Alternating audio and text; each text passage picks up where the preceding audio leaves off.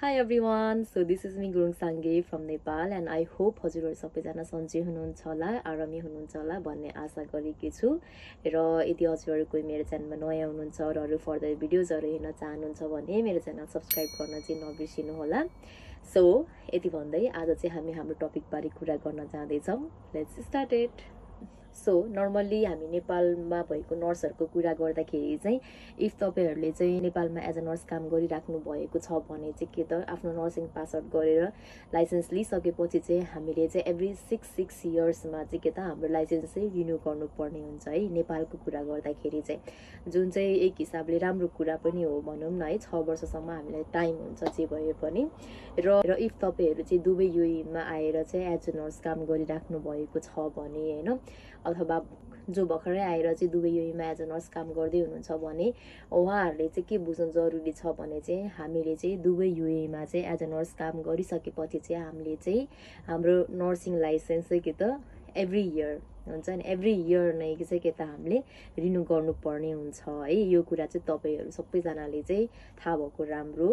अलिकति यो रुल्स चाहिँ अलि झन्झटिलो के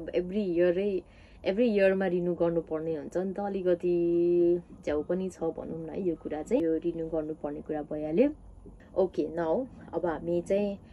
एभ्री इयर रिन्यू गर्नुपर्छ भनेर त थाहा भयो तर यता चाहिँ हामीले कसरी रिन्यू गर्ने भन्दाखेरि चाहिँ तपाईले काम गरेको 1 इयर पुग्न लाग्दाखेरि चाहिँ हामीले चाहिँ के त कुनै पनि दुईटा टपिकमा चाहिँ क्लास लिएर चाहिँ त्यसको सर्टिफिकेट लिनु पर्ने हुन्छ है र मेन भनेको हामीलाई लाइसेन्स रिन्यू गर्नको लागि चाहिँ हामीले 20 सीपीटी पोइन्ट्स चाहिँ कलेक्ट गर्नुपर्ने हुन्छ जुन चाहिँ हामीले के त त्यही क्लास अटेन्ड गरेको सर्टिफिकेटबाट चाहिँ प्राप्त गर्न सक्छौं र तपाईले चाहिँ कुनै पनि दुईटा क्लास अटेन्ड गरेर सर्टिफिकेट लिइसकेपछि चाहिँ त्यो चाहिँ हामीले हाम्रो डिएचए लगइन गरेर त्यसमा तपाईले फर्महरु फिल अप गरेर र त्यो सर्टिफिकेट चाहिँ तपाईले के त अपलोड गरिसक्नु भइसकेपछि चाहिँ हामीले चाहिँ 20 सीपीटी पोइन्ट्स चाहिँ कलेक्ट गर्न सक्छौं र यसरी चाहिँ हामीले हाम्रो लाइसेन्स चाहिँ इजिली नै रिन्यू गर्न सक्छौं एन्ड इफ तपाईहरुलाई चाहिँ हुन्छ नि लाइक यो कुरा अब अरूलाई भन्नु भन्दा पनि म आफै गर्छु भन्नुहुन्छ भने चाहिँ र